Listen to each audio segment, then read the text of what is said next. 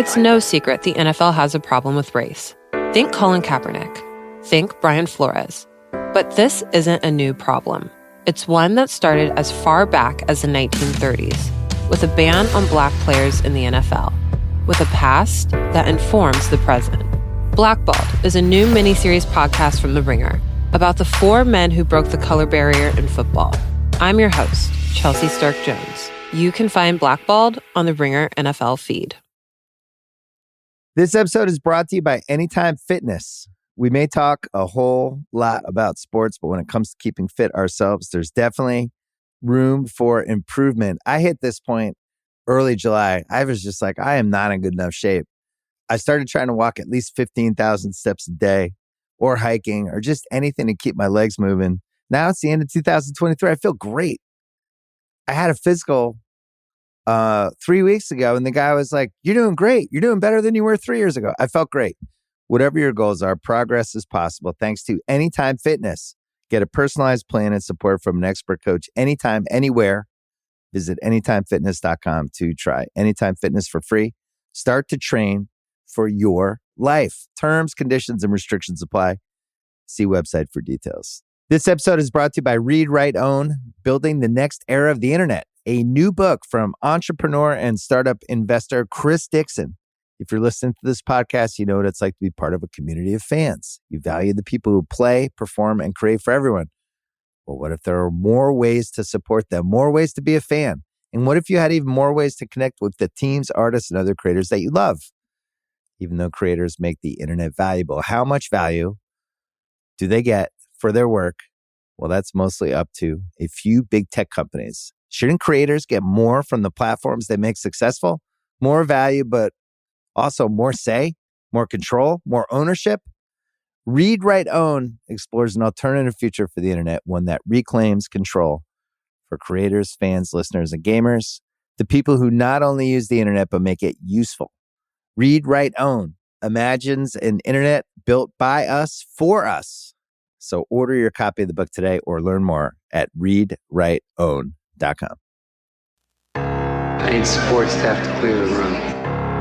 Stand up and walk now. Hello and welcome to The Watch. My name is Chris Ryan. I am an editor at TheRinger.com, and joining me finally back in the studio, it's Japandi Greenwald. First of all, we were not in the studio prior to my international departure.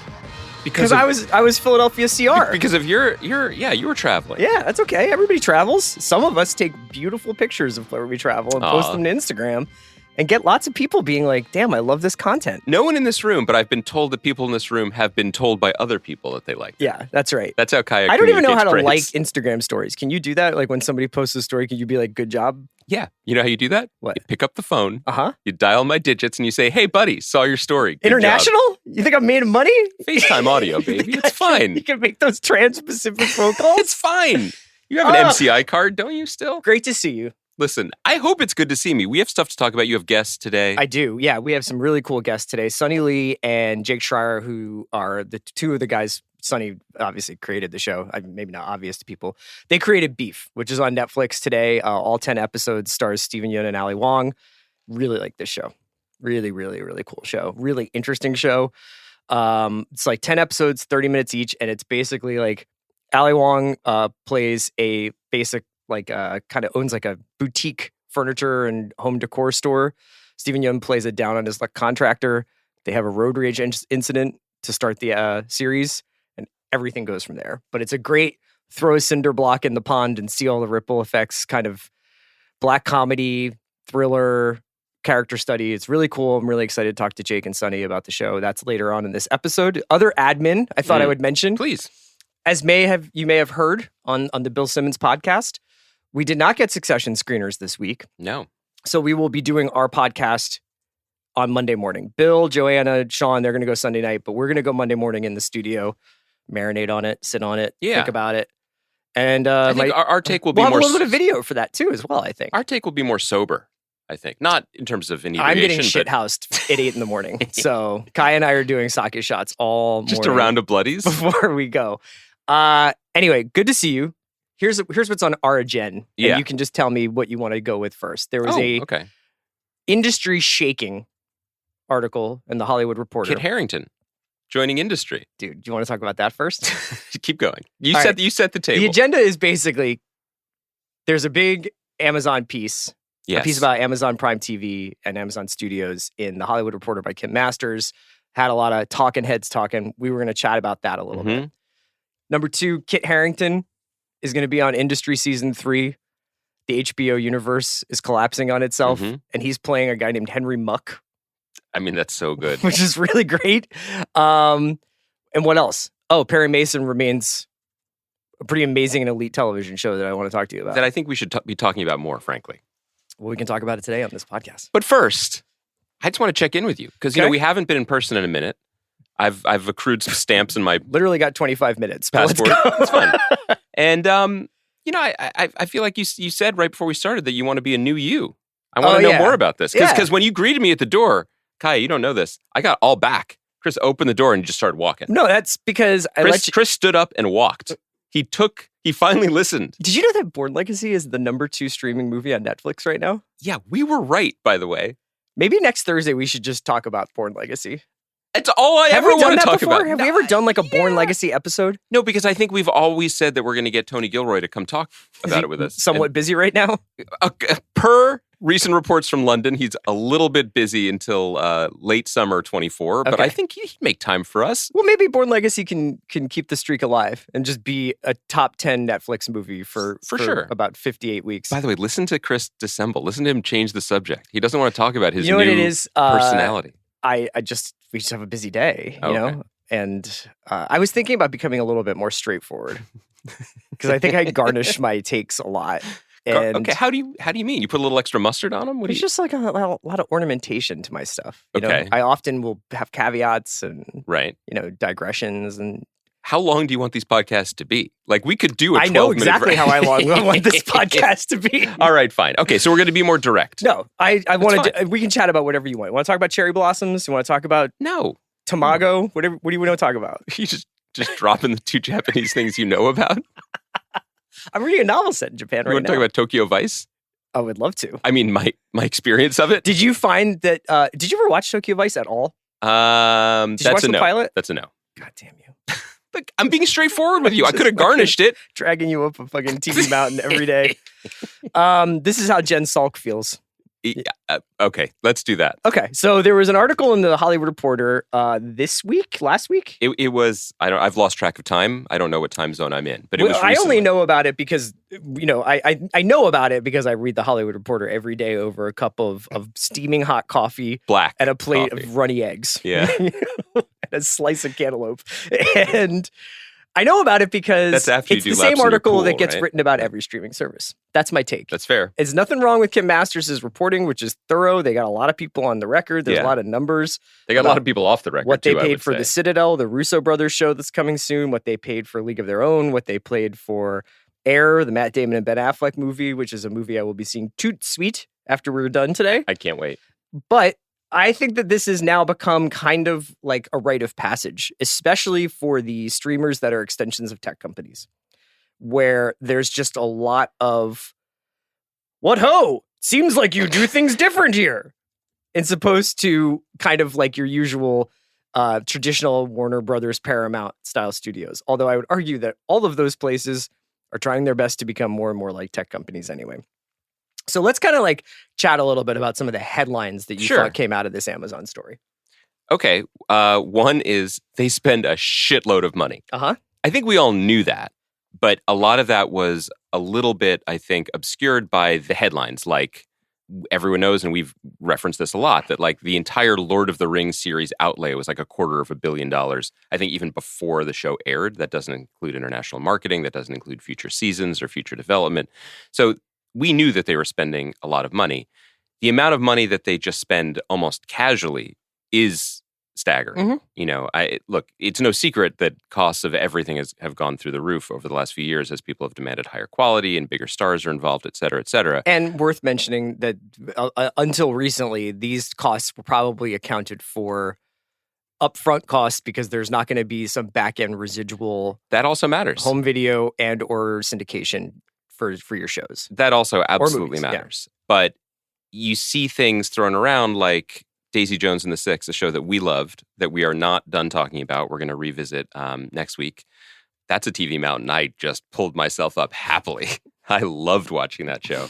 But it says that cost like $160 million to make. Mm-hmm. You look at some of the other things that they do, just the cost of doing business or the way they've done business is throwing out overall deals to secure talent, to pay a premium for people that might not otherwise want to develop in these places, like Donald Glover, like Phoebe Waller-Bridge. And then you look at what the quote-unquote return on investment is. And again, we're not in their rooms. We don't know what they're developing. We don't know what's still coming down the pike. But these are, 8-figure deals with questionable return, right? And then, I mean, the Russo brothers thing is also just wild. I did not understand it. It does seem like you can rewind this to the germ of an interesting idea and strategy, right? Right. You want to talk through it? This feels like a show that you would like to watch, potentially. I'm reserving my judgment on The Citadel, which is a show with Richard Madden and Priyanka Chopra Jonas, right? Yes, correct. Which is like an international spy show. The idea of which is that this first season of the show is going to spawn multiple multi-language adaptations or extensions. Like, so they're already making an Italian version of this show or an Italian spin-off of this show, and that it can be a truly global franchise. Yeah, I believe there's an Indian version too. I'm just hearing now that my Russo brothers direct deposit went through, so that's great. Ching. I mean, they are the Cayman Islands, I think, at this point. I think so. But this is sort of interesting. It's top-down, maybe it's tech company style reverse engineering. Jen Salke, who is head of Amazon creative content, has a lot of I think I called her Salk earlier. My apologies to Jen Salke. And Dr. Jonas Salk, who's not involved in this, although a biopic by him starring Adrian Brody was just put into development by Amazon for $200 million. Oh, okay. No, that was a bit. You're just being cruel now. What's cruel? I'm ready to rebut whenever you want. Reboot? No, I'm going to rebut your takes here. Oh, I didn't know this was. Oh, this is the ultimate straight Zag. shooter CR. Big Zahn over here. I'm just saying. So Salke was like, our growth, like a lot of these streamers, is international and foreign language stuff. So why not create our own franchise that can be spun off around the world? That's smart. Going to the Russo brothers, interesting. Yeah. And then spending hundreds of millions of dollars on this without yet any return of investment. It's the little details too. When shows go top down like this, you do end up seeing things like showrunner removed, 10 episode season order dropped to 6 episodes for the same cost as, most shows spend on 20. It's just there's a lot of noise and not a lot of signal, right? But here, hit me with your take. My take is that, can you name me an overall deal that's ever worked? So starting with the overall deals that they're passing out to Phoebe Waller-Bridge and Donald Glover, et cetera, et cetera. Can you name me like an overall deal that has just been like an absolute hit for the people who gave it? Well, I think the answer is yes, but it gets more complicated. Because we just did this with Warner Brothers with J.J. Abrams 6 months ago. As a writer who hopes to one day get another overall deal, like, keep it coming. Yeah. Don't stop. This is great. I don't want to put you on the spot where you're just like, these are a waste of money. Yes, like tighten your purse strings, billionaires. No, I think that there is a legitimate case to be made that the value, it's the same. This is the easiest one-to-one sports analogy we could ever do, because there's a case to be made that sometimes the value is not necessarily the production on the court. It is a sign of seriousness of intent. You bring someone into the fold, they bring other people into the fold. It announces things to the town or to other talent relationships. Like the Jets getting Aaron Rodgers. It's exactly. Well, the second part of it is like that, in the sense that the danger for a lot of these studios can come from the fact that a lot of the really rich mega deals are the Albert Pujols contracts, are the you've been incredible. So now I'm going to wildly balloon size overpay you for the back end of your career when you are less incentivized to be working at, this is unfair to Albert Pujols because that's just an age thing, but sorry, this, you know what? This is a terrible one-to-one analogy. It's also, it doesn't work. It's unfair to his pharmacist. hey, listen to CR. It's Friday. I don't know what's going on. Wow. I'm just hoping this one goes out into the ether and that Albert Pujols' lawyers skip this episode of The Watch. Do you think they're big listeners? What if? Finally, another sports analogy. Yeah, you never know. Look, the overall thing, that's just been the cost of doing business. I do think that the bigger conversation here, there's shocking stuff in this article. There's eye-popping stuff. There's stuff that feeds into writers' paranoia heading into what appears like an almost inevitable strike. But it does come down to a very strange moment that I think is hinged on a couple things. One is the tech takeover of TV, and how decisions get made and how blame is spread around and what role creativity or inspiration or randomness or luck has and all that. That's been debated and we'll continue to debate it. The other thing is all of these giant tech companies, which they are now, streaming services, desperately trying to pivot back to becoming TV channels.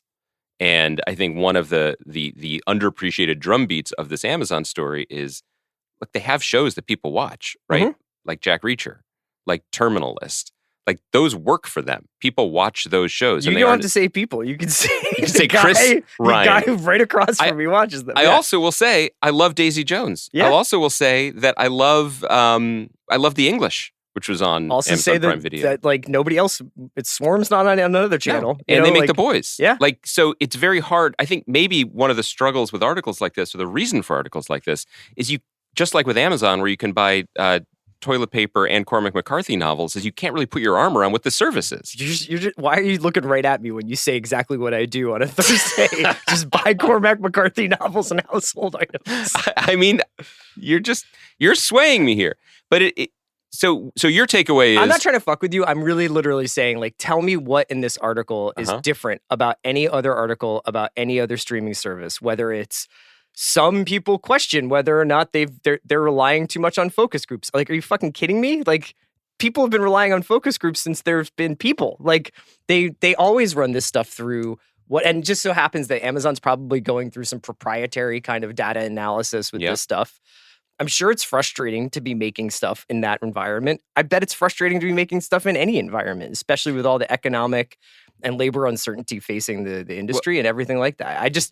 There was something weird about this piece, maybe because I was like, I don't know, Amazon seems to have like a pretty good hit rate ultimately. Yeah, I think a lot of this stuff also is coming bottom up, which is to say that a lot of creative and I don't mean people, commercial hit rate. I just mean like, that's a pretty good show. Yeah, they have a bunch of pretty good shows. I think that who's a lot of the stuff, if you read between the lines, is who's running this town.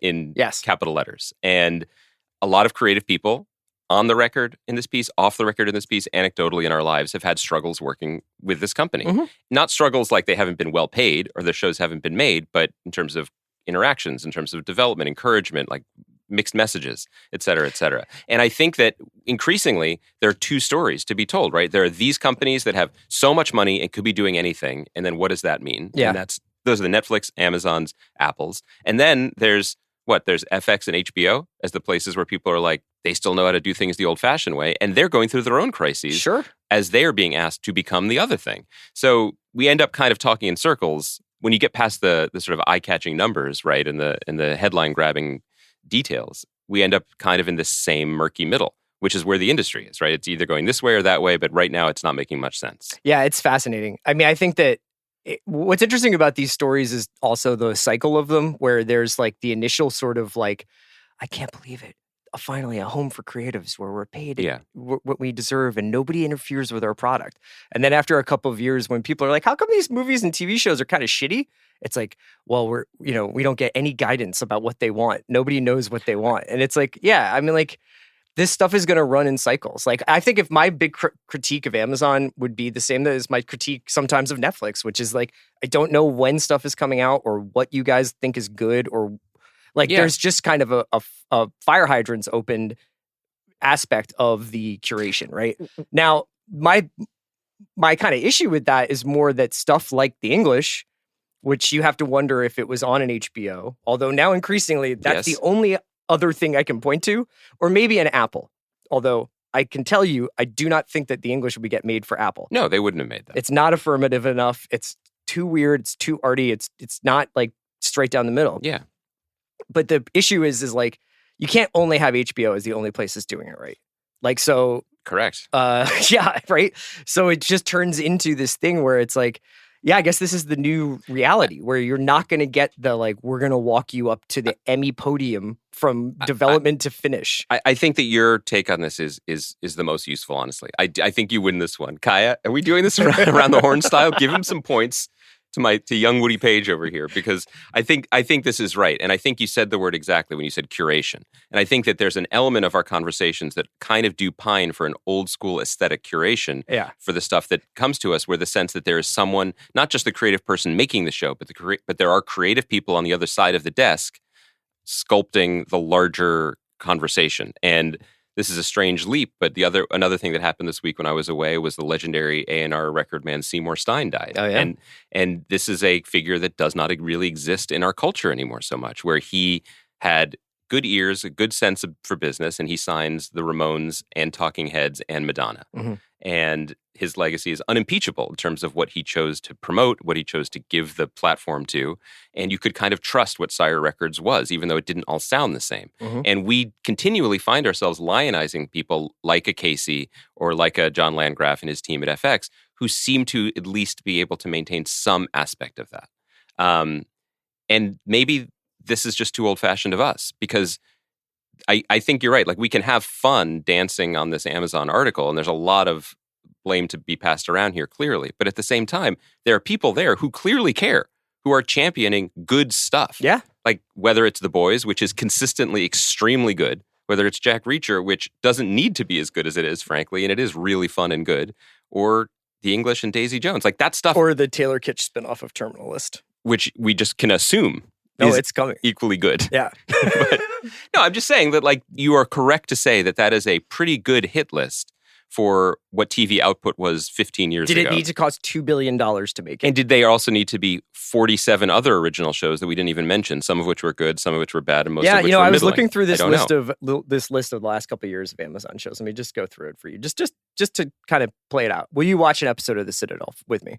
Oh, yeah. Okay. It's an international spy show, of course. Are you going to watch Rachel Weisz and Dead Ringers? Fuck yeah. That's another one that I'm like, yes. And that's, by the way, you could be like, Jen Salke doesn't know what she's doing, but she apparently was like, Rachel Weisz and Dead Ringers, take the checkbook. Right. Cool. Daisy Jones and the Six. Loved it. Loved it. Swarm. I don't know if I can say I loved it, but I certainly love that it's there. Incredible. The Rig. I watched it. It's about Scottish people stuck on a rig.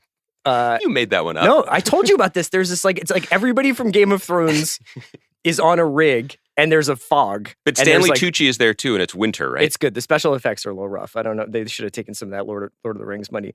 Devil's Hour. Some people dug it. That was the Peter Capaldi thing. Peripheral. Couldn't fuck with it.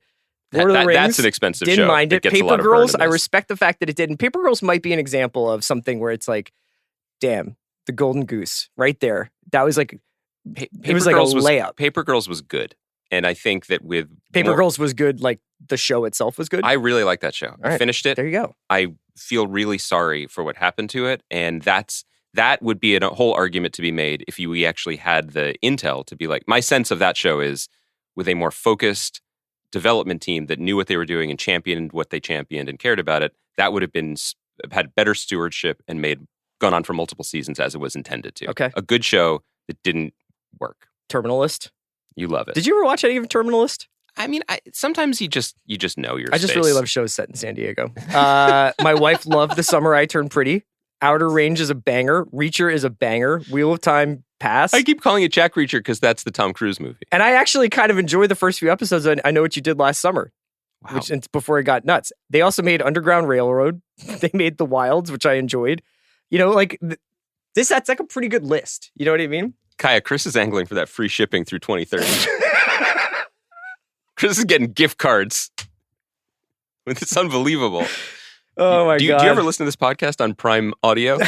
Certainly not. Okay. Also, one last thing about Amazon. Yeah. I like the player. You like the X-ray thing. I like the UX of the Amazon. Now, I don't like the fact that it's like when you open up Amazon, I'm like carpal tunnel wristbands and Japanese crime novels. For what it's worth, what? I cannot find their programming. So yeah, I like the UX. I cannot find it. I didn't mean the UX of like the search or like anything like that. Do you know how many episodes of Daisy Jones and the Six I've watched? All of them. Do you know how many times the player suggests watching or continuing Daisy Jones? 0 times. Yes. But when you're actually watching the player itself, yeah, I don't find it buggy. I think it's like very intuitive to be able. I also love like for our purposes going forward or backwards. 10 seconds is really useful for like taking notes. The X-ray thing is convenient. If I'm like, I know that guy, the X-ray it's right thing, there. I'll say that like when I'm watching Perry Mason, which we'll talk about momentarily, I do pause it sometimes. I'm like, tell me who that guy is. Do you say it to Doesn't tell me. Siri? Who do you say it to? Well, no, I say it to Alexa. My young daughter. My daughter. Who is this character? My daughter actor? Alexa. I talk to her constantly. Good. Let's switch to Perry Mason. Wow, this has really been invigorating. We should always do podcasts with you, A, like this, and B, with a hard cap. You know what I mean?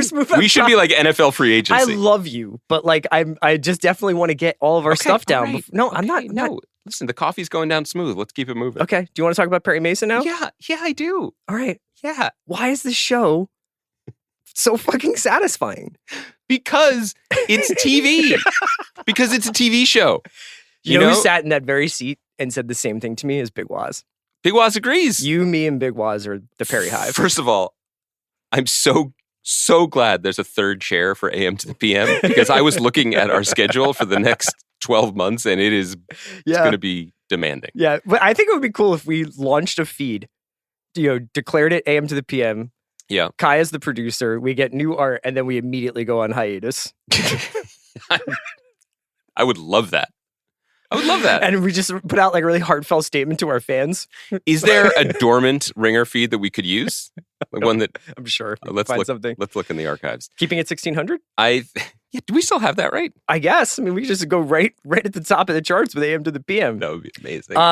It's ironic that we talk about this because HBO, in the way we're talking about it, is still HBO, and that still has value, whatever that means to whoever's listening. And yet HBO has this show that seems to us to be, in many ways, the exemplar of this new age of let's class up the old stuff. Yes. Of let's give people something consistent. Middlebrow is not the right word. It's just not, satisfying. You know what it is? It's like done at a very view it high as degree. Like somewhere in Santa Monica or Culver City or wherever the HBO offices are, is there's like there's like few people in like a basement office. Yeah. And they have like Boardwalk Empire posters up. They sure do. And they just crank out like solid hour-long like genre dramas, In the same way that some Marvel actors don't know which Spider-Man movie they're in, Hope Davis just shows up. Exactly. They're just like, Justin Kirk, while we have you. Yeah, you're great. Just do this now in a different suit. Here's the thing I wanted to ask you about this most recent, and we can, there's not really a ton to spoil about Perry Mason as yet. We're through 5 episodes now, right? Yeah. The thing that happened in the 5th episode is the really, really amazing piece of craftsmanship that I wanted to ask you about. Converting B plot to A plot. So essentially you could call it busy work. You could call it, give this person a lot, like a storyline or whatever. A lot of shows just do that. And then that's to take up innings, right? Like giving Juliet Rylance like her love affair that's happening, and you're like, okay, well, that's great. We get to know more about her. Her character, who has been kind of this like white knight in this show and is morally like sort of like spotless, is now doing something with some ambiguity and some regret. And Chris Chalk's character is getting the same thing opportunity. But you could say like, they're just kind of like stretching their arm here, and like I don't really know where this is going. And then in this episode, it becomes quite obvious that both of those plot lines are going to have a direct impact on the Gallardo case that's being tried and on Perry and on everything. And I just thought that the way that they fashioned that was like, this was the exact right episode to do that. Yeah. Because in the previous episode, I was like, this Dello thing is just great. I love these two, but what the hell are we doing? I mean, other than showcasing the insane production budget the show has, where they just go to a Palm Springs mansion for 2 scenes. Yes. I think this show is exceptionally well crafted. It's exceptionally well entertained. And I don't mind, as a either an experienced TV viewer or someone who's usually dining on the richest ingredients, I'm like, I don't mind the scene where the 3 characters are walking down Olvera Street, which has been dressed to look like the 1930s. I don't mind it either. And Juliet Rylance and Chris Chalk, who are great, great, great actors, their job in that scene is to be like, oh yeah? Like that's what they do at work that day. Yeah. It's just kind of the engine of TV, but it's humming. It's humming, and I think the other thing that you're responding to is a lot of the shows that are, auteurist fits of fancy or flights of genius, so I'm mixing up the metaphors, you can feel incredible inspiration, but not necessarily tied into the workmanlike production of a television show. And for whatever happened behind the scenes during the making of this season of Perry Mason, it does feel like everything was integrated into a whole, that there was a plan and they're enacting the plan. And I know that nothing goes that smoothly. There are probably people who were flown in and triage and things were stitched together in editing, whatever. But that's TV and it works. Yeah. I made the very strange choice on my Trans-Pacific flight to eat a gourmet meal to watch the film The Menu. Oh, interesting. Had you seen that before? I had not seen it. And I wish I had just an hour with you. I'd love to just hear what you have to say. We should do a podcast maybe once or twice a week. I'll see if Kaya's free. She's pretty busy with AM to the PM. Just fielding a lot of customer complaints. Yeah, about the UX with that podcast, which doesn't exist. But Perry Mason is the cheeseburger made from the ingredients that were lying around the gourmet kitchen. It doesn't speak well for what happens after the cheeseburger. So. I'm going to take it to go and worry about the problems later. But I do think it's worth championing this show because, I mean, again, it's like Catherine Waterston playing the romantic lead to the main character. She's so much better than this, and she's so great at it. So when she shows up, I'm not like, oh, God, B story. I'm like, this is fun. This is exciting. Look at the costumes. Look at the set that they built for her apartment. Look at the fun she's having in the scene. You know, this is not talking about an Apatow movie to be like in the scene in episode 5 where she kicks the door closed behind Perry, who's taking off his clothes. You can feel that when whoever directed that episode, I'm sorry, I don't have it in front of me, yet said cut, they were probably laughing. Yeah. They're having a good time making the show. That matters. And what's strange to me is I don't know if this fits into HBO's mandate. Maybe the HBO Max mandate, but this is an HBO show. It's incredibly expensive. It's on Monday nights. And in a more balanced world where you could redraft shows to different networks. You would say, well, I mean, Casey Boys came on the show and it's not like this is an accident, right? Yes. They decided probably that they didn't want this to be paired with Succession, but I think it in the like sort of back-to-back sense. But they've got some eyes on the service right now. You know what I mean? Like, so the Sunday, Monday thing, which is not uncommon. Like that, I think that We Own the City did that. Like Night Of did that. Like they've done this before. Yeah. Maybe that's a good night they've found for some of their more like harder genre stuff. Maybe. I don't know what the numbers are for this show. Maybe that Justin Kirk has it contractually that like he wants his stuff spread out across 2 days. That's right. Can we put into the universe that Justin Kirk needs to come on this podcast? I feel like he would come on the I've been a fan of his since Angels in America anyway, but he's great. The scene in this episode where he goes back to Mason and offers the deal that he had rejected. Yeah. There's a lot going on there. Like he is like, maybe it's just like he knows exactly how to play the roles that he chooses or gets hired to do. But Berger being like, I can't tip my hand as to why I'm offering you this deal, but I also can't be too aggressive in pushing back against your counter. You know what I mean? And the Milligan, the other DA, is just like, what the fuck is going on here? Like, I just want to put these guys in nooses. Like, let's go. Like, every scene has a lot of thought and care and professionalism brought to it. I want to shout out great director Jessica Lowry, friend of mine who did episodes 3 and 4. And she did such a beautiful job with those episodes, but also she got to go to Santa Anita, right?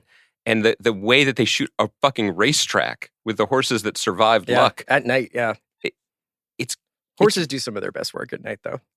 Is that your personal experience? Or is that just what... Is that just what Mr. Milch told you?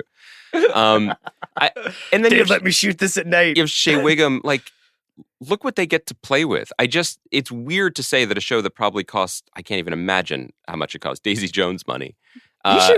Don't pocket watch. Let these tech companies burn through their... I don't mind them spending the money on Perry Mason. I just feel like it seems like it's being overlooked in the conversation when this is actually them making a show that everybody could find a way into. It's very entertaining. Like in episode 5, does a character turn to his wife and say, "Am I a bad man? And did I break out in hives?" Yes.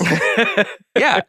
But I'm not expecting poetry. I'm just expecting a really good pulp. And it's delivering on it. I also love the double mystery where the first mystery is actually not a mystery at all. Yeah. And then the second mystery is the conspiracy that we still are like, damn, why is this lady in a wheelchair? And like, what did Brooks do? And his dad seems like an asshole. Like, let's get this conspiracy going. Was that your read, that maybe his dad seems like an asshole? Like a pretty big type asshole. Yeah. It's a really good show that I really enjoy watching. And I just feel like that is notable, since a lot of the shows we talk about are either like upper echelon, like God tier Succession stuff, or noble things that are worthwhile that we're interested in. You know, like let's pivot.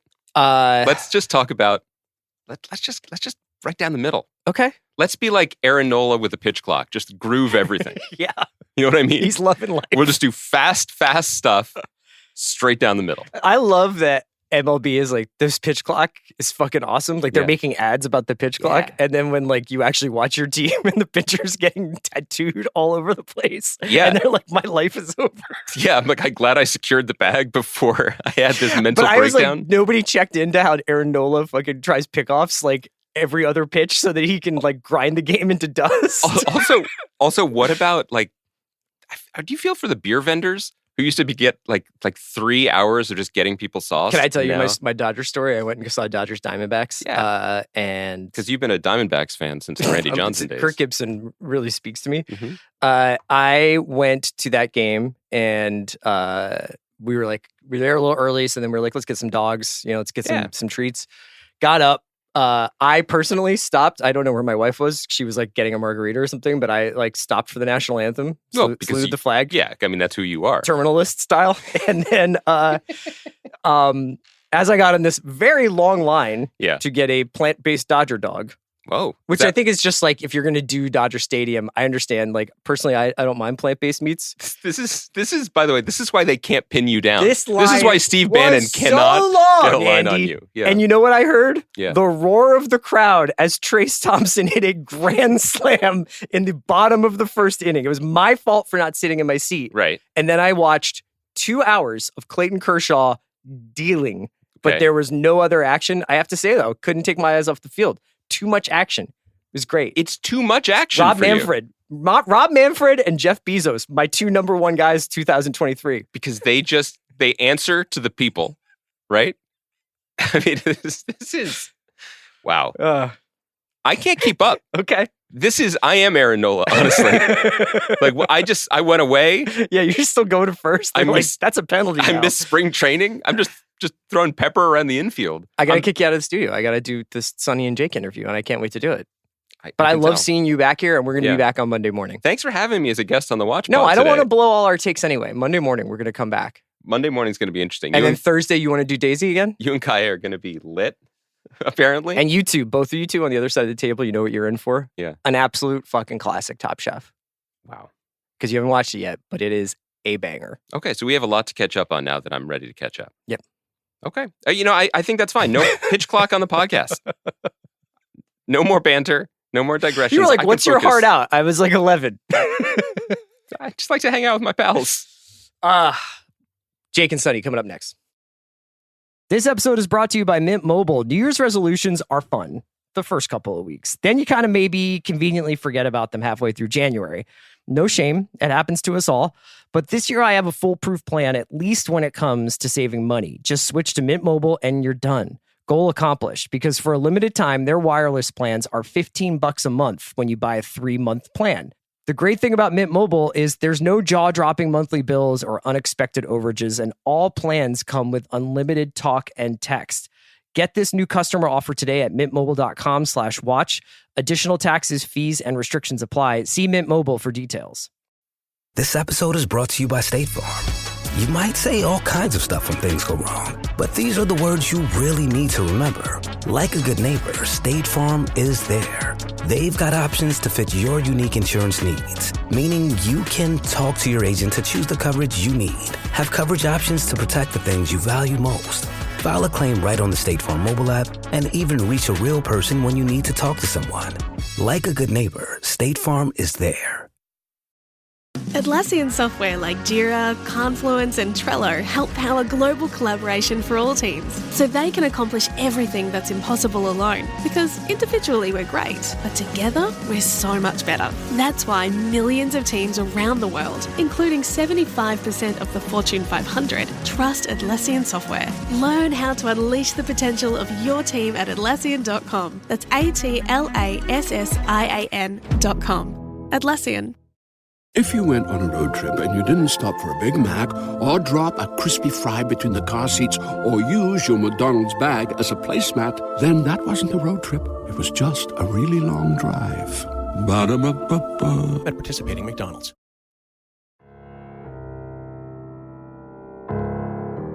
Okay, we're about to get into my interview with Sonny Lee and Jake Schreier. Sonny is the creator of and the writer, largely the writer of Beef, and Jake directed 6 of the 10 episodes. Jake Schreier, you might know, he directed Paper Towns several years ago as a feature, and then has done some great work on TV since then, especially on Lodge 49. Sonny is a TV veteran. He's worked on Tuca and Birdie, on Two Broke Girls, on It's Always Sunny in Philadelphia. And this is just a really, really interesting show. It's not unlike a 90s from hell thriller meets a Coen Brothers black comedy meets a treatise on class meets a nearly psychedelic one-on-one battle between these two very, very screwed up people. Those people are played by Stephen Yeun and Ali Wong, who give powerhouse performances at the center of Beef. It's a really interesting show. It's about 10 it is 10 episodes. I don't think it's about 10 episodes. And each episode's around half an hour. So I highly encourage you to check it out, and I really enjoyed my chat with Sonny and Jake, so let's get into it. Sonny, Jake, thank you so much for joining me. I love the show. I'm so excited to talk to you about it. But Sonny, I know that I've read already the sort of origin story for the show and the incident, but I thought for our listeners we could talk through it. This road rage incident that's kind of like the Proustian moment for you here.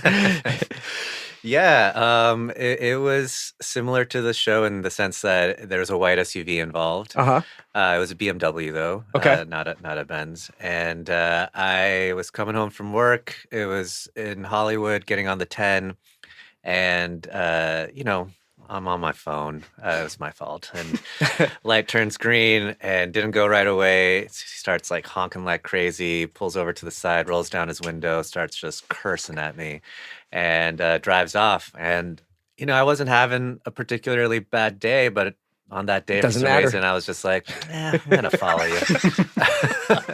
And I really didn't have a plan, but, I think I justified it in my mind, like, I'm just going to commute home. Yeah. And if he happens to be in front of me and feeling a little scared, great. Yeah. But that day we were going the exact same direction for miles, all the way to 4th Street in Santa Monica, like through 45 minutes of traffic. And so I'm sure in his head he was like, oh, this maniac is following me through all of Los Angeles.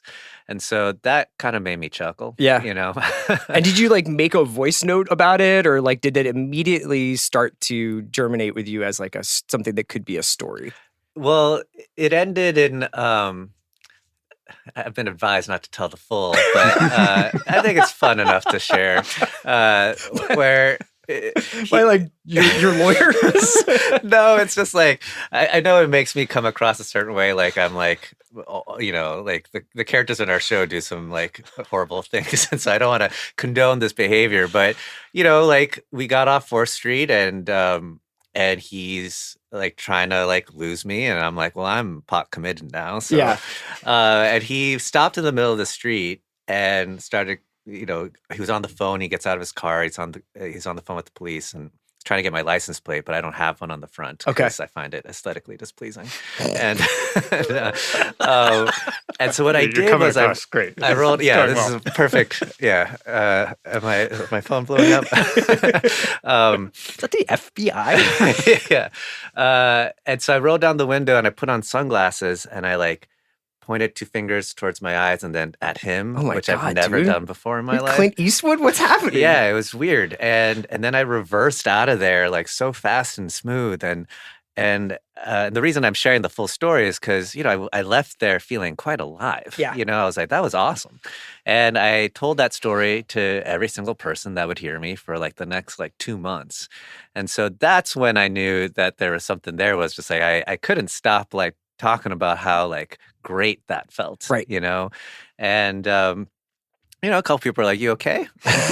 Yeah, but that's what really sparked it. And one of those people that I told that story to was Ravi Nandan at A24, who I had known for many years, and we hadn't caught up in a minute.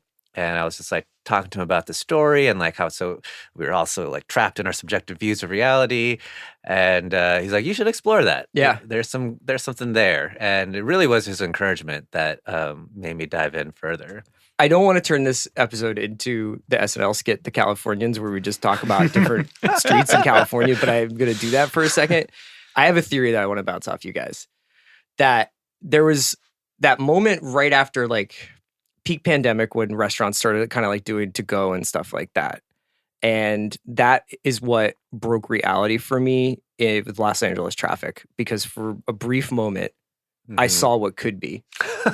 And I saw the version of LA that's like in the Joan Didion White Album where she's like, I went from Franklin Hills to Santa Monica in 9 minutes. And I was like, what? Yeah. And this is now that we're all back out in the streets and stuff, I can't do it. No. I like every single time when I'm stuck on Santa Monica or wherever I am, like there's some like edge to it that is now, it's different than it was before. Before it was just like, this is mind numbing. I'm listening to a podcast, but I got to go to work. And now I'm like, no, I know it only takes 9 minutes to get to Pasadena. Yeah. People tasted freedom. Everybody here is just. And wasn't there data that like there were even more, despite there being no traffic, there were like car accidents were up? Oh, Well, because people were doing like 103 miles per hour. Yeah. Like people were like, they tasted that freedom and now they're like, oh. Yeah, that makes a lot of sense. I think that checks out because people seem much angrier, once things open back up. Do you think that this is a story? Let's just say that do you think that this is like almost weirdly a post-pandemic story? That there's something about everything that's happened over the last few years, maybe even the last 6 or 7 years, with like the real invasive nature of social media and the way it's changed? Because I have a follow-up question to this, but I was curious whether you felt like this is an era-specific story for you. I've been seeing reactions online that say that, and it certainly wasn't by design, intentionally, right? But it probably is because everyone involved. We were just trying to write something honest to how we all feel right now, and we all exist in a post-pandemic world, and so I think we must have been tapping into something that's in the air, and that's coming across. But but I will say that I think even pre-pandemic, it's not like these things didn't exist. Yeah. It's just everything's kind of cranked up to 11 now. Jake, I've been watching Perry Mason this season. Andy and I were just talking about how much we love this season. And one of the things that's cool about it is because of the era it's set in, I think a lot of the scene mechanics where it's like this person has to go across the street to go talk to somebody actually makes sense in the era that it's being set. Whereas like, say like there are episodes of like Ozark where it's like, you didn't really have to drive around the lake to talk to this guy. Like you could have just texted him or whatever. Yeah. One of the things I love, and you directed 6 episodes, correct, of the season? One of the things I love about Beef is the integration of all the like tech, whether it's like Nextdoor or DMs or Ring cameras and all this stuff. How do you bring that stuff to life filmmaking wise? Because that's probably like last 4 years of reality, like 2017, 2010. I don't think it's the same as 2023 or 22. Yeah, it's definitely made things a lot harder. I mean, Sonny and I talked about that obsessively like throughout. And we never even really committed to an approach as we shot. Like we would always get, I think from the beginning, I was like, there's so many texts in this show that we're going to have to do the overlay thing. Yeah. And Sonny was a little hesitant. Yeah, because like maybe that looks cheesy, but Did you want to VO it or? I wanted everything to be practical. I didn't want any overlays, just because I was worried it would take you out of the reality of the moment. But, then this guy shoots really beautiful, like, camera movement things, and you're like, I don't want to fuck with, I don't want to interrupt this, like, nice pull or push with, like, some, like, insert into a phone. That's horrible. And so you're stuck because I agree. Like I don't, in theory, want to use overlays. Like I would probably default to what Sonny defaults to. But in the end, if you're not, is there anything that great about an insert shot of a phone? But we shot an insert of the phone for every single text in the show, just in case in the edit. And sometimes we do that. Like Sonny would kind of modulate in post, like when it felt right here. Like I just want to see it on the phone. I want to know that it's real versus like a longer conversation where we don't want to interrupt the wide. See, that was the other thing that felt very much like post 2020 to me was, especially living out here it's like, I just realized that like I can't get my phone out of my hand at all anymore, and that has become like, if there is ever a break in a basketball game, I'm looking at my phone. Even if it's just like the second quarter, I'm like, I'm just going to look at my phone while this is happening. And it's kind of amazing how in Beef, like I think Danny has like a little bit of a sort of different relationship to his phone than Amy does. But one of the things I thought must have been challenging in making it was a majority of this series, Amy and Danny are not in the same place, right? But they are locked in a cage together psychologically. And the way that they are is usually through these various forms of communication, which is not so much of a question as it is like how did you guys talk about that? Was that something that you were sort of aware of, that this is in some ways a two-hander where the two hands are only together for what, like 20% of the show, right? Yeah. That was a lot of the writer's room time was just discussing really the chord progression of the season, you know, like this analogy that we like to come up with in the room was, there's only like 6 pleasing chord progressions to the modern ear. It's like DAG, go. And funny enough, machine learning algorithm that was fed like thousands of pieces of like human literature found that there's only 6 ways that we tell stories. And they're all different versions of rises and falls. And so you have this standard chord progression like G, E minor, C, D, G, which is, when you break it down, G is a status quo, E minor is a fall, C, D is a rise back to your status quo G. Right. And that is literally like Hero's Journey 3-act structure that we're obsessed with. And so, but that's like a, standard top 40 hit. How do you make something that's I'm not saying we made the Beatles, but like, how did the Beatles do it? It's like you fuck with that chord progression. And so then instead of that, you do G, E minor, G, E minor, G, E minor, and create that longing and only give the audience C, D, G at the very end. Right. And so that's kind of what we're doing with the Danny Amy. Like, I know when they're in a scene together, it's electric, but why constantly do C, D, G over and over? Create a little bit of tension, a little bit of longing for that with going back and forth without giving the audience what they want. Yeah. So that was a lot of the writing, but then I think in post we found that like, oh, there's some times where you kind of at least want to keep them somehow connected even though they're not in the same space. Yeah. It's like a proxy war between them. You know what I mean? Because like they're sending out their kind of different emissaries and they're doing all this like espionage against one another. Well, but there is those meeting points. Yeah, and there's all these like kind of really subtle pieces in the writing that's so fun as a filmmaker, because you can, like on a filmmaking level, we would try, especially in like episode 2, like there's a whole sequence where we're constantly like balancing their eye lines across space, even though they're not looking at each other, which is sort of like theoretically drawing them together by the end of the episode. Awesome. So it's always like, I mean, I thought it was going to be very obvious, and then no one notices it. No one, except for one person on YouTube noticed it. I'll take it. I'll take it. But yeah, like in the gallery in the club, like they're always looking. They're kind of like matched frames across space, and we would try to like always like really frame. We did a lot of like unbalanced coverage, so that normally like in a dialogue scene, like classic approach is like whatever distance you are from one character, you should be from the other character. It's what cuts the easiest. For this show, like we would always be closer to Amy and Danny than we were to whoever was their opposite within the scene. So the camera's like always subtly closer to them in a way that you start to feel like they're, I mean, ideally, if anyone, whether you notice or not, ideally you start to feel their subjectivity and feel how kind of connected they are in the way they're being filmed versus anyone else. That's so cool. I love when I hear stuff like that, because obviously like I'm watching this stuff primarily as like an emotional reaction and then like an intellectual reaction to like the thematic content of the show. And then on a sort of more deeper level, I do think that there are filmmaking decisions that get made like that. And hearing you say that, I'm like, you never escape either of those two characters' POV. Like everybody else actually feels a little bit at an arm's distance throughout the show. And it's only over the course of the series or season that you start to learn more about these people who maybe like in the first 2 episodes seem like caricatures, you know what I mean? That then become these much deeper people. So I guess that segues well into this sort of thing I wanted to ask you about, which is the show starts on such an intense note, right? Like that first episode is like your adrenaline is going watching this whole sequence take place. And then your jobs as filmmakers and as storytellers is to chord progression, to your point, but also like how much gas, how much brake, right? Can you talk to me a little bit about pacing for a 10 episode but 30-minute season, and when to drop the big moments, when to kind of expand character, when to bring in set pieces and things like that.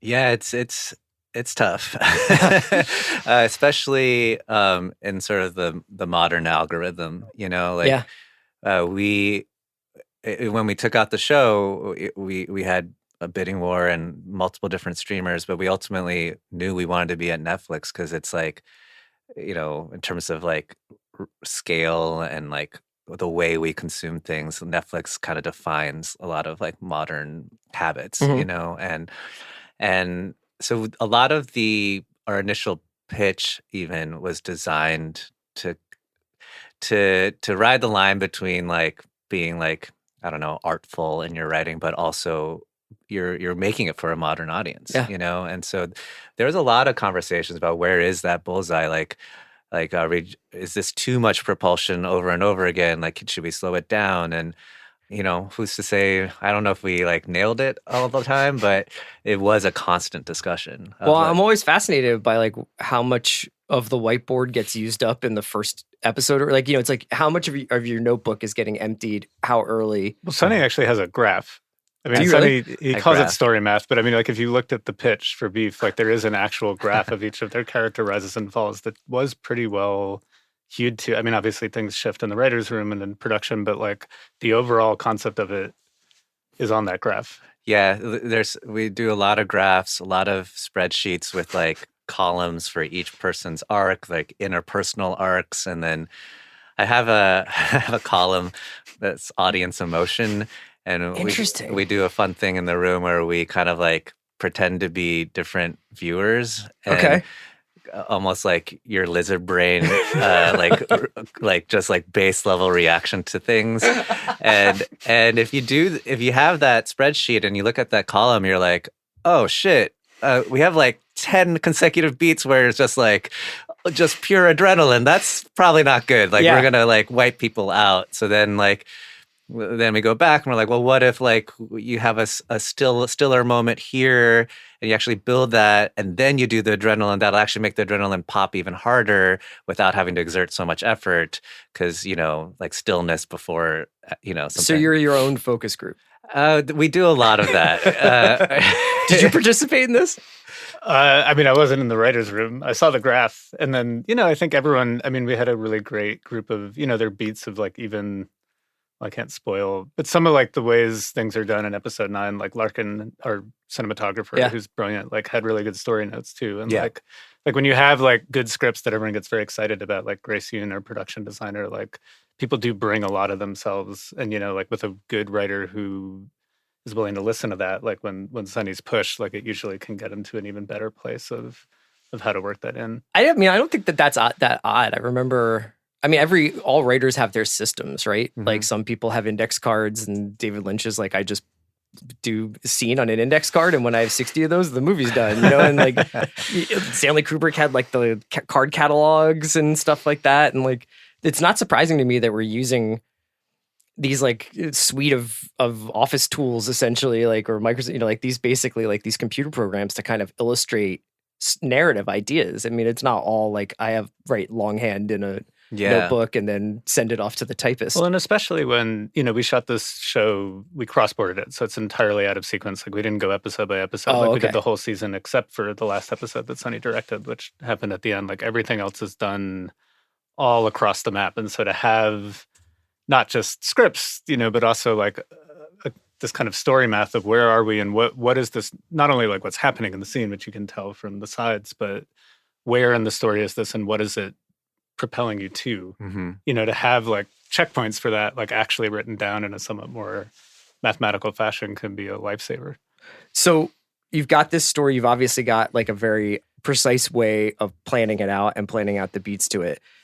Do the casting, and I know that you sort of wrote with an idea of who was going to be in the show in the first place, but do Allie and Steven act as like unstable chemicals with all this planning, or are they part of like the sort of equation that goes into like the final thing, if that makes sense? Oh, they're very much a part of the equation. I think that was one of the joys of having them on so early as EPs, but even before we took out the pitch was I'm creating this PowerPoint presentation. And I'm like stuck on like a character beat, and I can just text Steven at like 1:30 in the morning. He's usually up. Yeah. And I'm like, hey, what do you think about this? And then he'll call me and we'll talk for like an hour and fix it right there. And I mean, their fingerprints are all over everything, not just their characters. And so that was very helpful. And, there were countless times. There's this one story that's pretty fun in episode 7, and I don't think this spoils anything, that he returns from a party to find his brother in his apartment going over the accounting of the business. Yeah. And, Jake was setting up, rehearsing, and Steven was like, I don't know why I would say the back half of this scene. This doesn't make any sense. Yeah. And so, like, brought it over to me, and I was like, you're right. Shit. And I was like, well, give me a second, please. I'll try to fix it. And then Jake was like, all right, let's move on to something else. And then everyone's scrambling. I wasn't even that great. I was like, it works. No one will notice. Let's just shoot the scene. Yeah, that's true. You were like, pay no attention to that. And I couldn't fix it. And I was like, I'm so sorry, everybody, but I think we have to call it. Because it was like, I think we spent like 3 or 4 more hours in the day, and so it felt like a huge defeat at the time. And I went back to my office, just kind of pretty depressed, feeling like I'd let everyone down. But then I started rewriting the scene, and not only was Steven 100% right, like it broke. It allowed me to like re-break some of the pieces at the end where we landed somewhere really, really good. And he just has such an incredible knack for like this, like, I don't know, truth radar. Yeah. And anything at all false, he'll call out. And so, thanks to him, we redid that scene, and it's one of my favorite scenes in that episode. He's I don't like. I try not to be like super hyperbolic about this. I can only imagine what it's like to look through the monitor when he's doing what he's doing in this show. But like, is he fucking Serpico? Like, what's like? He's like, like the iceberg there, where you're like, I can see what you're doing, and then there's so much more behind your eyes and in your like gestures. And this guy is carrying around so much pain and so much anger, and yet that doesn't have to be said. You just know it the second you see him. And what's it like on set? Yeah, I mean, it's what Sonny said. He just refuses to be false, and so it's just a kind of, I think, like, as a director, and especially like doing the kind of filmmaking that we both love, where, it's a little more like precise and planned, and you have to hit marks and you have to do some of those things, but then what you also want as an actor, it's like, I can hit those marks. Like when we had that conversation, he was like, oh, you want me to hit some beats? I can hit beats. You're like, okay, all right.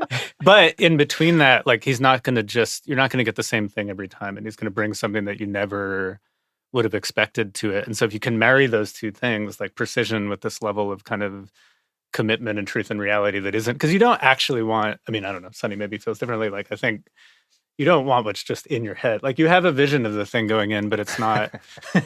That's good. Yeah, that's fascinating. I mean, like, I'm fascinated by the idea of like, you must be a very protective father when it comes to this, but then there's also like the light's wrong, or today this didn't show up, or whatever, and letting that be whatever it's going to be.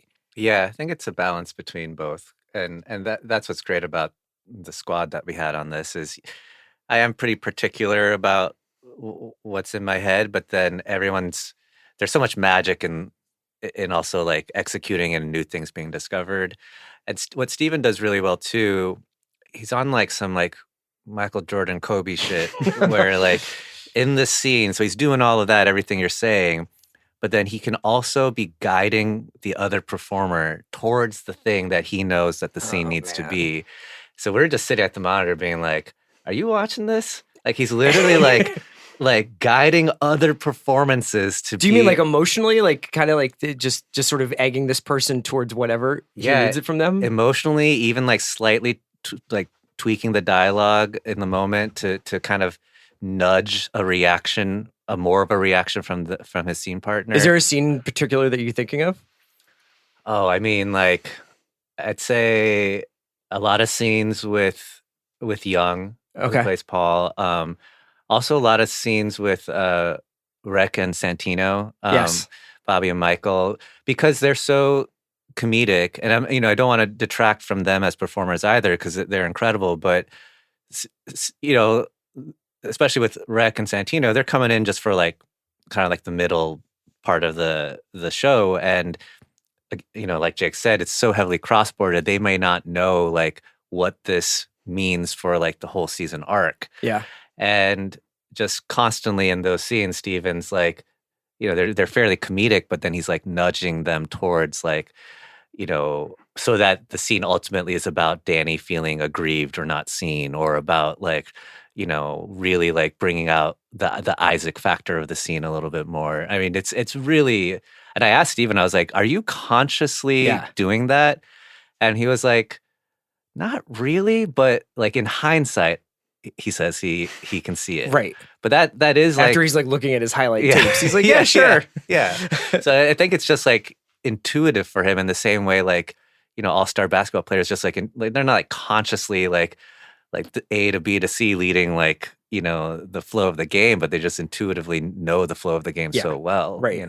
There's like the Chris Pauls who are like, I know exactly where to give you the ball. Yeah. And then there are the guys who are like more like, somehow I just knew that I was going to pocket pass to you, and then everything popped off. Yeah. One of the things that we do, not only on this pod, but on Big Pick and a couple of the things that we do here, is we're constantly having this kind of conversation about the push and pull of like, what's a movie and what's a TV show, and was this written as a feature and then changed into a TV show, or was this a feature that should have been a TV show because it could have been expanded? And I was going to ask you a pretty boilerplate question about influences going into this, both filmmaking wise and tonally.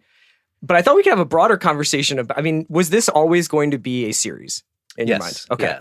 Yeah. And is it a series that was shot in any way differently than you would have shot, say, a feature? Well, it would have been nice to have a little more time. Yeah, I mean, more time, honey. Less page count every day. Yeah, I think that, that's really the only thing, is that just for whatever reason, the way kind of tradition and economics have worked out, like series are expected to be shot much faster than features are, which is not for any real reason or content. I think though that, again, we're very lucky with, Larkin is incredible and incredibly fast, and Grace's design, Helen's costumes, like there's a lot of the show that I am as proud of as I could imagine being as proud of a feature. It's just maybe not like, I think both of us feel like if I had another hour, or if I had another day on something, a few more days. The show would not exist without the Jake Larkin combo. They're the fastest alive, but like still operating at such a high level. I mean, there was one day when we were shooting at Veronica's house, the Orange County house. That was like a 8-page day, I want to say. Something like that. Which, like, look, other shows do that, but like we're trying to do it on a level where like it feels like more purposeful filmmaking. And then, what you also need is you need a showrunner who, like the way that I shoot, you're not getting a lot of options in the edit because it has to, like, you have to commit. Like the trade-off for the time is like, okay. You basically shoot you're cutting in camera almost. Yeah, exactly. Like we can do good shots, but these are the shots. Like, are you good with it? And Sonny and I would talk a lot at the monitor, and I'd try to make sure he was cognizant of that. Every now in the edit, he'd be like, where's this? And I'm like, do you remember how much we had to do? Yeah, I was like, oh yeah, no. All right, sorry. I guess I asked this question because you're wearing a Letterboxd hat. I'm sure like you're like a huge filmmaking fan, and there are parts of it where like the Santino, the duo that comes in as like these kinds of like, that's very like, to me, like very Raising Arizona. And it's kind of got like this great black comedy energy throughout it, which is I think a genre that movies have largely stepped away from. You know, I think it's been hard for films to be like, comedies alone are difficult to release, much less black comedies. Yeah. I was just wondering how difficult it is to synthesize cinematic influences, or maybe conversations that you guys may have had about like movies or stories that you think pertain to this one, and then translate into, we got to do 8 pages a day or however many pages a day. Yeah, there were a lot of early conversations with Jake where I'd be like, Punch Drunk Love and like Fargo, like we gotta be on that level. And Jake's like, cool. Do you know how many pages they shot today? Yeah, it's not fair. It's like, you ever seen Lawrence of Arabia? I just want a little bit of that. They're like, oh, sure. I mean, I think, Yeah, it's almost like weird to talk about the references because it's hard not to sound pretend. It's like, yeah, I know we do this whole thing where it's called director bullshit, where it's like somebody is making, like whether it's a Star Wars or a Marvel or a DC thing, but they're like, but it's actually like the conformist, and we're like, oh, man, like, but yeah. I love it though. Like, it's still the lifeblood of it. But I think, like, honestly, like, we really didn't, and maybe it's just because I tend to not really like to direct from reference. Like, we talk. Sonny and I mean, we've been friends for years, and we talk about those movies even when we're not making a show. And I mean, we obviously love PTA and Punch Drunk and Spike. We talked a lot about like the PTA Spike divide of like how LA is shot and how it's seen.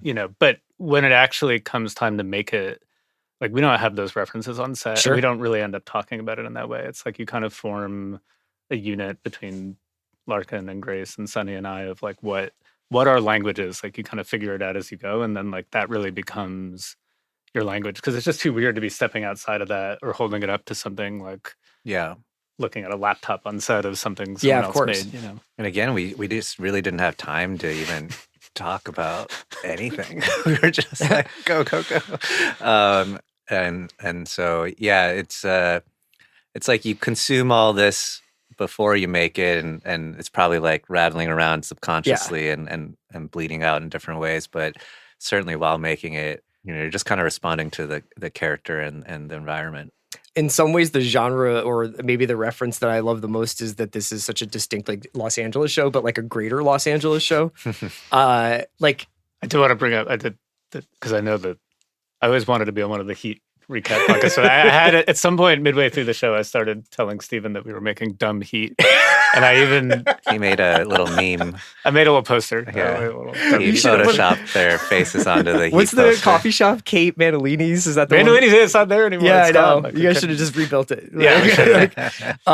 But there's this awesome thing where it's like, a lot of the Amy stuff's Calabasas, and then Danny's stuff is in these like various. Where's like that actually his stuff set in the show? In the show, it's set in Reseda. Okay. And I think we shot a lot in like Chatsworth and Canoga Park. Okay. Stuff. Yeah, and it's like I'm a transplant. I don't really spend a lot of time in Calabasas or Reseda, and it's awesome because like you drive around the city. And you'll like go past an exit, and you're like, the person who lives off this exit thinks where I live is like fucking Nowheresville, and like never goes there. It's like so funny how when you talk to people in Los Angeles, like Kaya and I worked together for years. She lives on the west side, I live on the east side. She's come to the east side like 3 times in the time that I've known her. And it's like, it's just such a weird canvas to paint on because you can make it any reality that you want. Mm-hmm.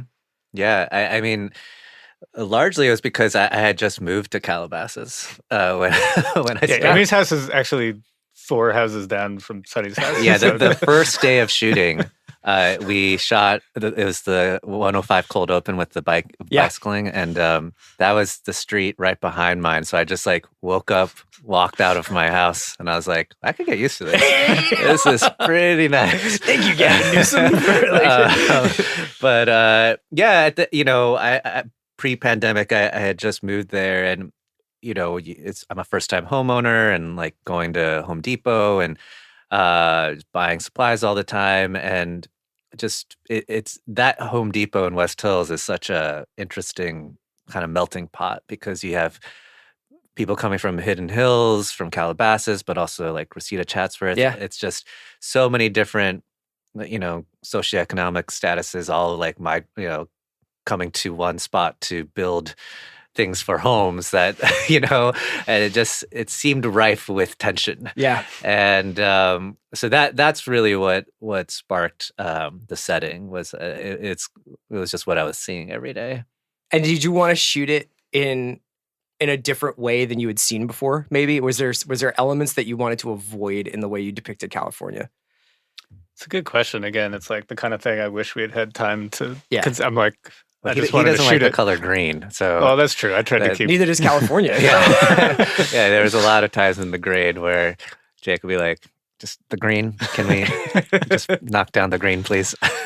There's I don't know. That's just probably personal taste. But yeah, I think just wanting to feel, and again, I don't think it's interesting to have seen PTA's movies and then move, like where you're like, you were aware of this sort of mythology of the valley, but I didn't know what the valley was or what it meant, like, until I moved here. And then you kind of get a sense of like what each of these places mean to the people, and like how kind of, I think like when you grow up outside of LA, you're like, you really just imagine like West Hollywood is Los Angeles. Like that's the only kind of LA that you're aware of. And you also think the whole place is kind of vapid and silly. And then you move here and you start to understand that like these places have real meaning. Like you said, like they are these little enclaves. Well, they're distinct from one another almost entirely. Yeah. Like you could spend, I mean, I'm sure there are people who live in the valley who're just like, oh, I don't go across the mountain over the mountain at all, you know? So there were times, you know, like our stages were in Chatsworth. We shot out there a lot. And there were times we were like, man, are we really getting enough LA in the show? Because, you know, it's so hard to get to even shoot in LA, you know. Well, that's why the Koreatown week was huge for us, because it really like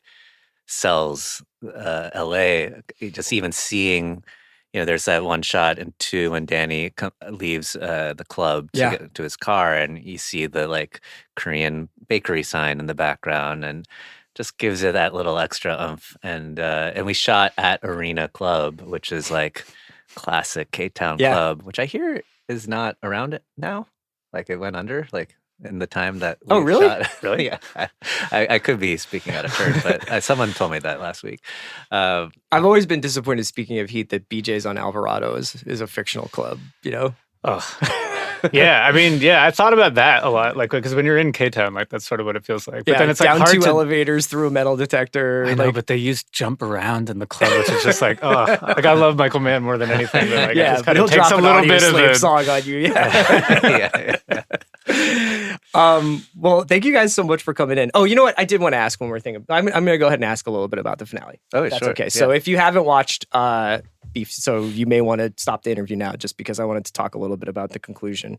Not so super specific terms, but you said something about the chord progression and this idea of release. I'm sort of thinking about like how you do the conclusion in Coda here. And the show itself kind of ends in like this amazing, both violent and psychedelic way. And for you, you know, obviously it starts, it's this very domestic kind of like everything is recognizable, and then it keeps going on, and the characters are pushed to these further and further extremes. Does that have that's where you got, were you like, this has to have like almost like a transcendental ending for these two characters for this story to wrap up? Yeah, I think just mood wise, it felt like slowing things down felt correct. And then, you know, the episode 9 title, The Great Fabricator. So all the titles, if you just Google the title plus quote, it'll send you to the quote that it's based on. Right. And that particular quote is about how attachments are sort of the greatest fabricator, because it's in order to really grow, you need to like detach from everything. And I think for these two characters, the only way for them to do that is to be trapped in the middle of nowhere. And so once we knew that that's the setting, it just naturally, the story wanted to be a little bit quieter. And you know, and truthfully, like, also, like, it's the end of production, we're running out of money. And, we're like, oh, you stand on that rock and you stand on that rock. So there's a little bit of that. But I just like, even that aside, I think even you, from a musical standpoint, instead of like, the audience is, I think, is expecting something a little bit more bombastic, given how the show started. And so there's something, I think, interesting that makes at least me as a viewer want to lean in when it's suddenly all of a sudden so quiet and tonally very different from what it's also Western at the end, you know, like it's kind of neat. Yeah. It wasn't fun for the actors, but there was so much poison oak and snakes, but guys, thank you so much for coming in today. Congratulations on the work. Congratulations on Thunderbolts, and I can't wait to see what you guys do next. Thanks for having us.